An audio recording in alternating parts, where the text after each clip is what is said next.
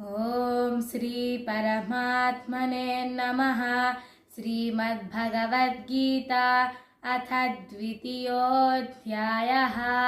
संजय उवाच तं तथा कृपयाविष्टमश्नुपूर्णाकुलेक्षणं विषीदन्तमिदं वाक्यमुवाच मधुसूदनः। श्रीभगवानुवाच कुतस्त्वाकश्मलमिदं विषमे समुपस्थितम् अनार्यजुष्टमस्वर्ग्यम् अकीर्तिकरमर्जुन। क्लैब्यमास्मगमः पार्थ नैतत्त्वय्युपपद्यते क्षुद्रं हृदय दौर्बल्यं त्यक्त्वोत्तिष्ठ परन्तप। अर्जुन उवाच कथं भीष्ममहं सङ्ख्ये द्रोणैं च मधुसूदन इषुभिः प्रतियोत्स्यामि पूजार्हा वरिसूदन।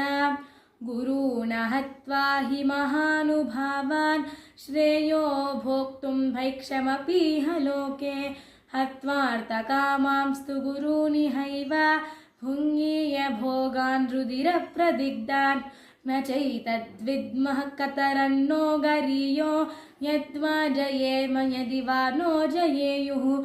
यानेव हत्वा न जिजीविषामस्तेव स्थिताः प्रमुखे धार्तराष्ट्राः। कार्पण्यदोषोपहतस्वभावः पृच्छामि त्वां धर्मसम्मूढचेताः।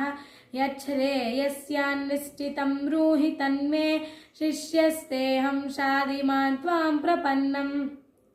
न हि प्रपश्यामि ममापनुद्यात् यच्चोकमुच्चोक्षणमिन्द्रियाणाम् अवाप्य भूमा वसपत्नमृद्धं राज्यं सुराणामपि चाधिपत्यम्।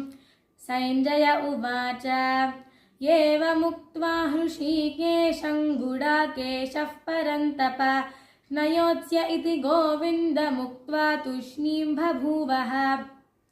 तमुवाच हृषीकेशः प्रहसन्निव भारत सेनयोरुभयोर्मध्ये विषीदन्तमिदं वचः।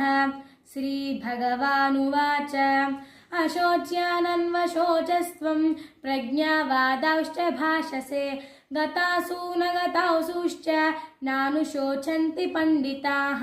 न त्वेवाहं जातु नासन् न त्वन्नेमे जनाधिपाः न चैव न भविष्यामः सर्वे वयमतः परम्।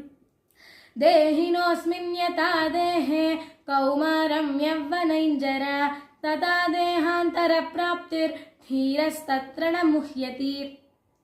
मात्रा स्पर्शास्तु कौन्तेय शीतोष्णसुखदुःखदाः आगमापायिनो नित्यस्तास्तितिक्षस्व भारत।